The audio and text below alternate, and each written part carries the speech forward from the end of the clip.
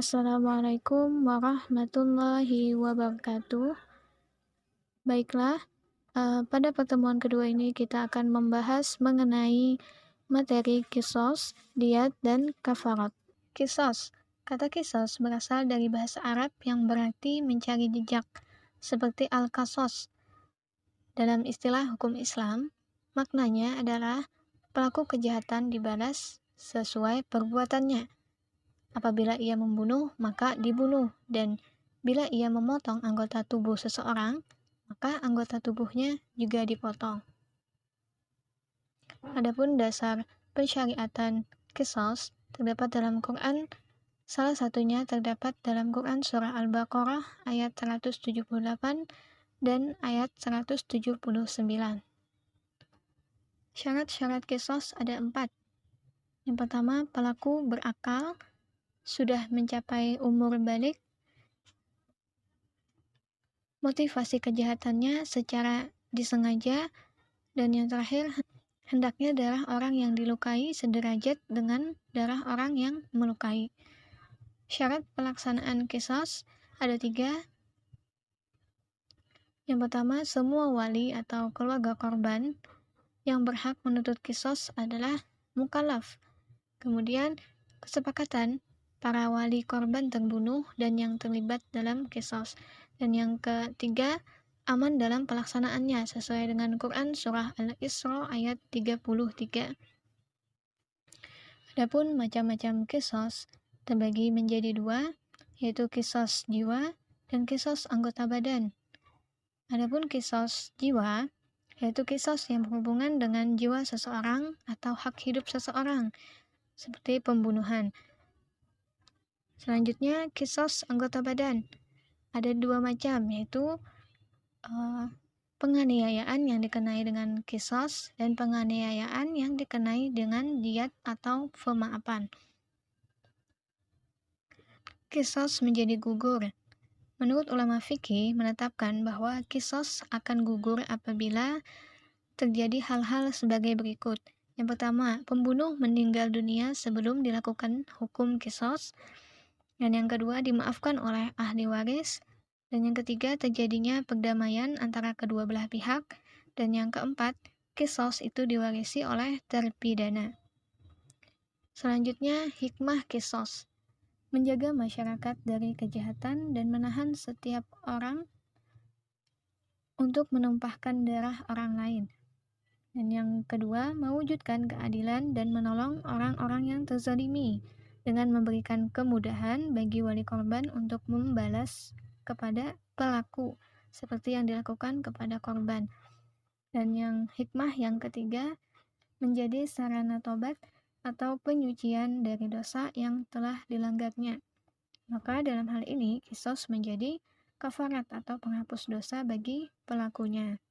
Selanjutnya materi yaitu diyat. Diyat artinya denda. Nah, diyat yaitu denda yang diwajibkan kepada pelaku pembunuhan yang tidak dikenakan hukuman qisas dengan membayarkan sejumlah barang atau uang sebagai pengganti hukum qisas karena sudah dimaafkan oleh keluarga korban. Jadi, diyat di sini bisa dikatakan yaitu sebagai hak sesama manusia. Nah, adapun dasar hukum diyat dalam Quran surah An-Nisa ayat 92. Selanjutnya macam-macam diyat. Diyat terbagi menjadi 2, yaitu diyat mughaladzah dan diyat mukhaffafah. Diyat mughaladzah yaitu diyat berat, yaitu harus membayar dengan 100 ekor unta, yakni 30 ekor hikkoh, unta betina umur 3-4 tahun, kemudian 30 ekor zaza'ah, unta betina umur 4-5 tahun, dan 40 ekor khanafah atau unta betina yang bunting.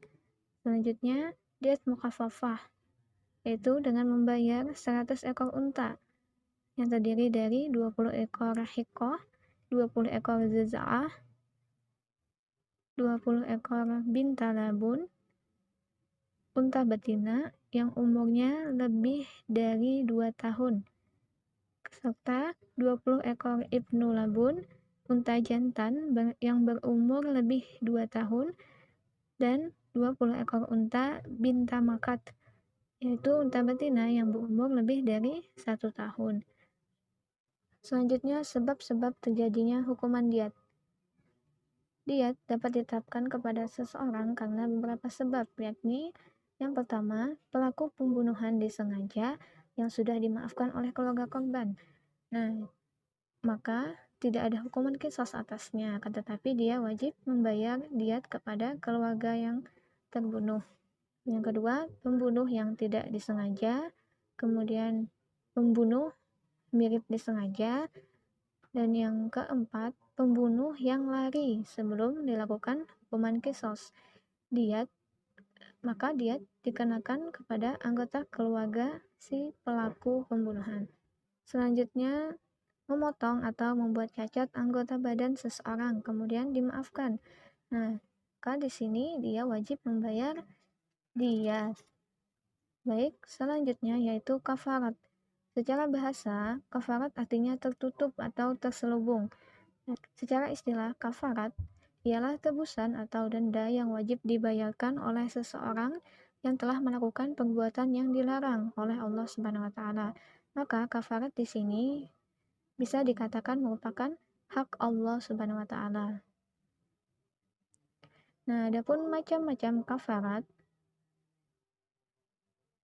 Yang pertama, kafarat menghilangkan nyawa seseorang, yaitu dengan memerdekakan budak atau berpuasa 2 bulan berturut-turut.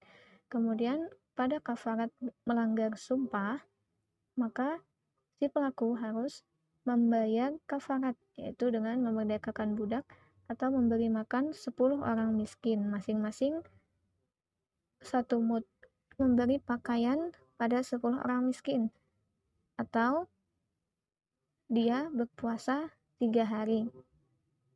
Selanjutnya, kafarat membunuh binatang buruan saat ihram. Nah, maka dia harus membayar kafarat, yaitu dengan memotong seekor kambing atau memberi fidyah senilai 1 ekor kambing itu, atau dengan berpuasa 10 hari. Kemudian kafarat karena jihar. Jihar yaitu perbuatan yang menyerupakan istrinya dengan ibunya. Ia harus membayar kafaratnya, yaitu memerdekakan budak atau berpuasa 2 bulan berturut-turut atau memberi makan 60 orang miskin. Yang terakhir yaitu kafarat ilah, yaitu kafarat yang wajib dibayarkan lantaran suami melanggar sumpahnya bahwa ia tidak akan menggauli istrinya selama waktu tertentu. Maka kafaratnya sama dengan kafarat melanggar sumpah. Selanjutnya, hikmah kafarat. Yang pertama, dapat lebih mendekatkan diri kepada Allah Subhanahu wa taala sebagai bentuk pertobatan atas apa yang sudah ia langgar. Kemudian memunculkan kesadaran untuk tidak mengulangi perbuatannya. Kemudian kafarat mendidik manusia untuk lebih bertanggung jawab. Dan hikmah yang terakhir yaitu menciptakan kehidupan yang aman, damai, sejahtera, baik dalam keluarga maupun dalam masyarakat.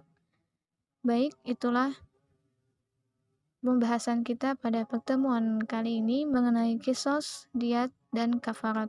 Terima kasih banyak atas perhatiannya. Wassalamualaikum warahmatullahi wabarakatuh.